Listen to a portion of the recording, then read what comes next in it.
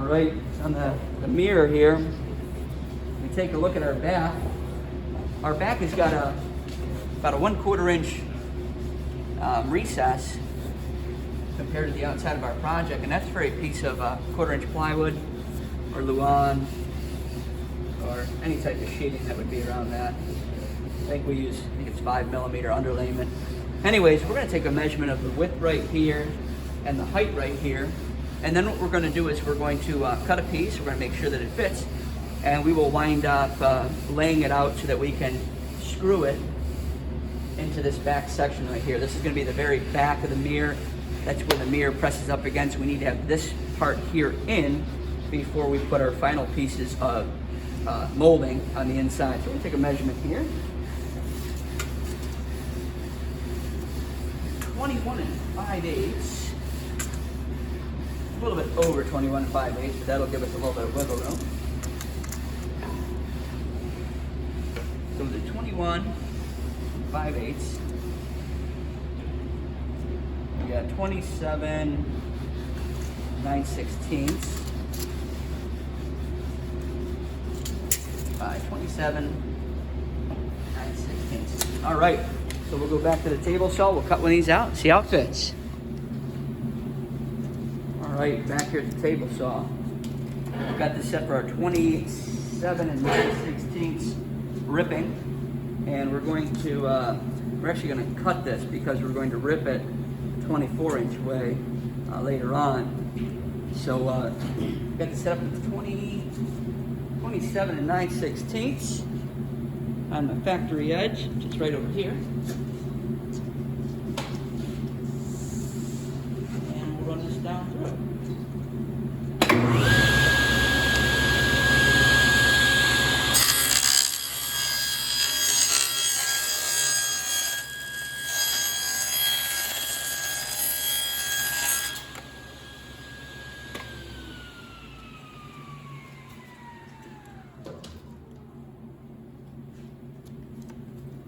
Our second measurement was 21 5/8.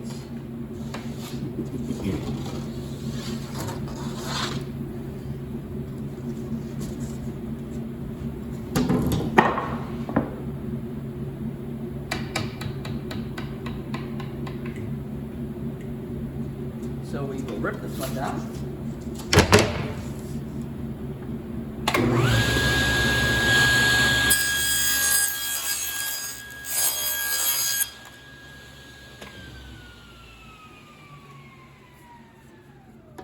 And we'll go ahead and we'll see how this piece here fits into our project and make any adjustments that we might have to. Right, so we cut this board here down. We're going to see if it fits in.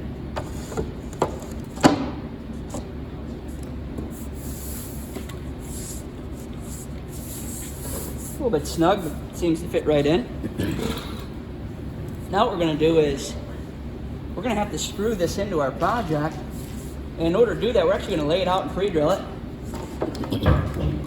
And we're going to take a measurement here and see how wide this frame is. Well, it's 1.5 inches of actual wood right there.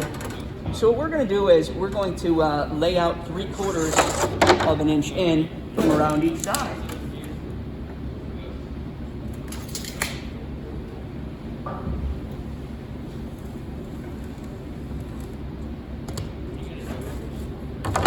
You guys would take a ruler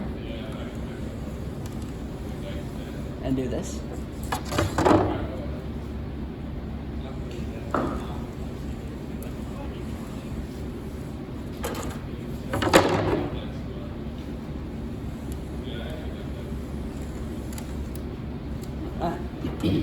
And what we'll do is we'll probably space them out about, let's take a look. Between there, I got 26 inches.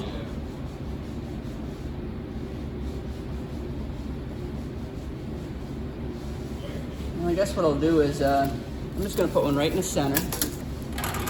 Half of 27.5 would be, let's see, half of 26 is 13. Plus 3/4, so 13 3/4. And there, it doesn't need to be right in the center, just roughly right on the money. And we're gonna put another one down here at our crosshair. And I think we should probably put, let's see. Could probably get away with just putting one in between these, to be honest with you. Let's see, in between 13 inches, or we could just go like this. We'll go 7 inches up.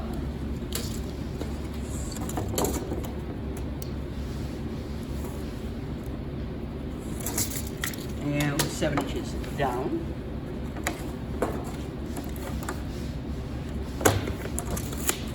And obviously on our bottom and top, we'll put one in the center. See, half of 21.5 is 10 3/4. Double check that. And we'll put one in the center of this here. It'd be 5 3/8.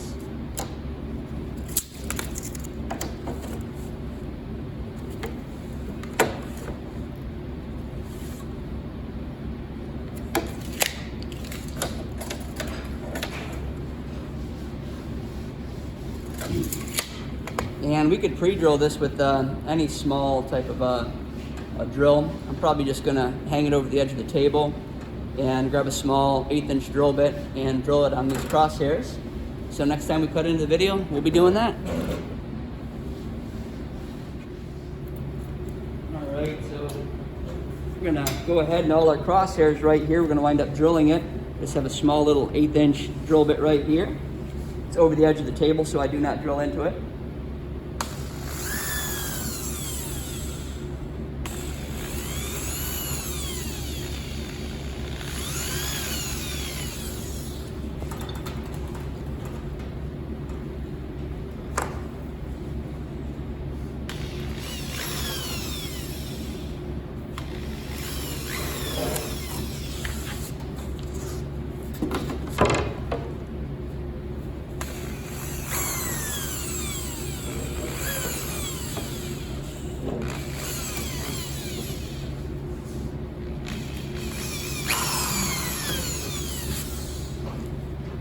And we're going to repeat this process the whole way around it. Once we get done with that, what we will do is we will take a little bit of sandpaper and we're just going to clean up any of the little bit of blowout that wound up sneaking its way out, just so it doesn't interfere with it being nice and snugged up. So next time we cut in, we'll go over how to screw these back on. All right, so I've got this all the way pre-drilled out. Ooh, woo! Got a nice little sliver right there.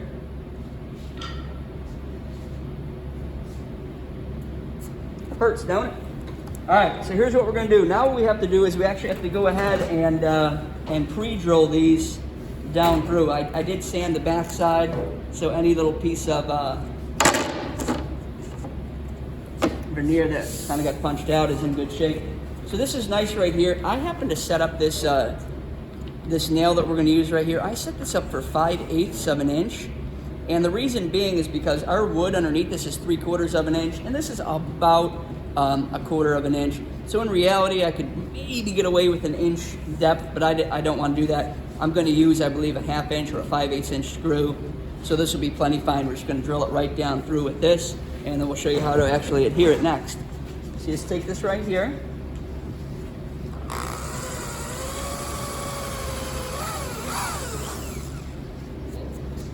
And I got this corner down here.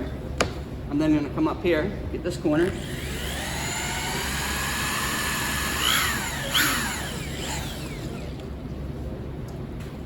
I'm going to repeat the process down here in this corner.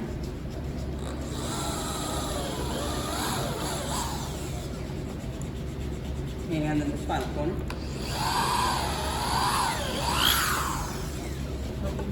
Now I'm going to go get some screws. I'm going to dig that sliver out of my finger, and we're going to tack these 4 corners, and I'll show you how to drill the rest. All right, so we've got our 4 corners here tacked. I'm going to use a impact driver, the number 2 Phillips bit, and these small screws.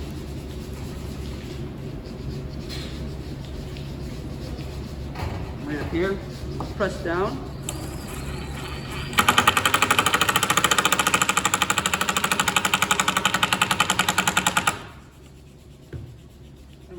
right flush, just like so.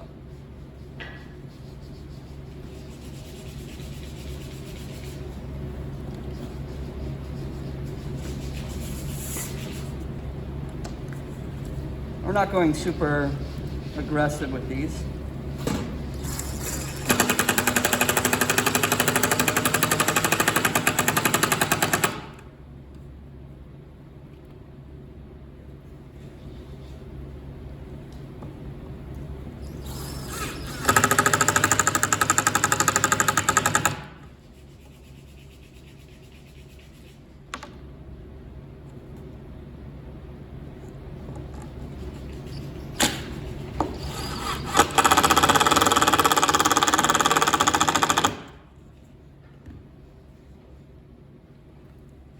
One thing I am going to change, I'm going to set the height of this drill right here, the height of this drill bit or this nail a little bit deeper. This is a 3/4 of an inch screw.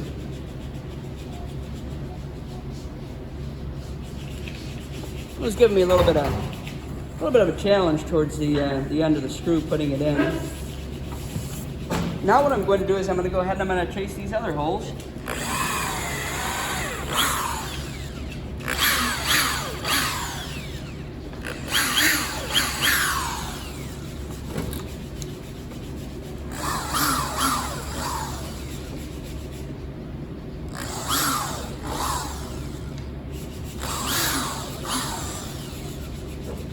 And we'll repeat the process for the top and the side.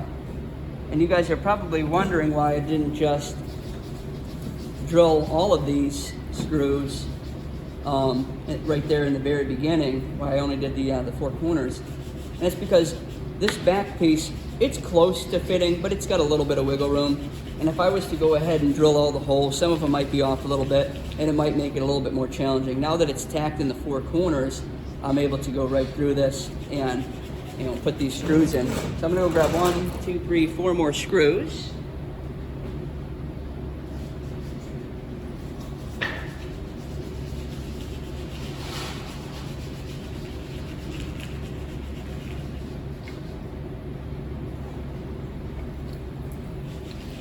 Grabbed a few more, that way I can finish it up on the other sides. We'll see if these go in any easier.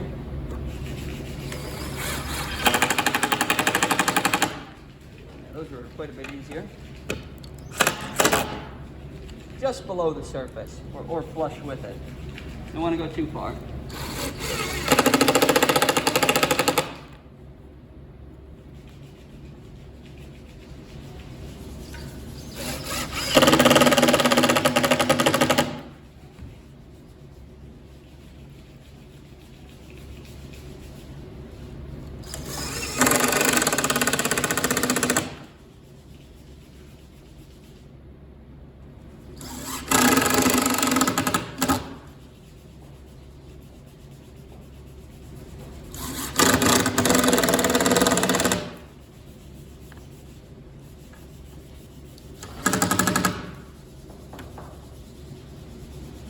All right, so I'm going to finish drilling these sides here real quick.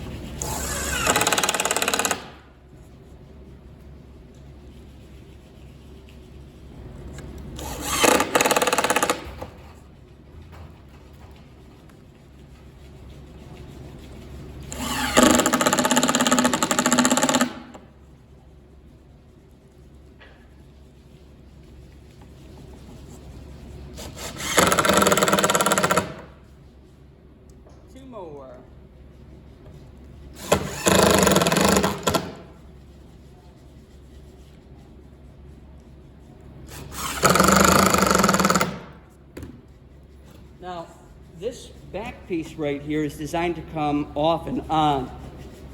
Reason being, it would come off when we go to put our piece of glass in, our mirrored glass, and God forbid it was to ever break at some point. we're able to change it out. So we do not glue this piece in, it stays just like this. But we do have to have this particular piece here in, and I'm going to pan up a little bit on it.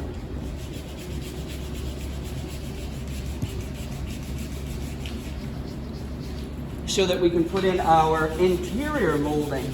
And that was that little Roman ogie piece that we made, and we had to rip those small strips. And what that piece actually does, it's a molding piece that adds a nice decorative flair to it, but even more importantly, that's what holds the mirrored glass from falling out this way. So our mirrored glass is actually this dimension in here.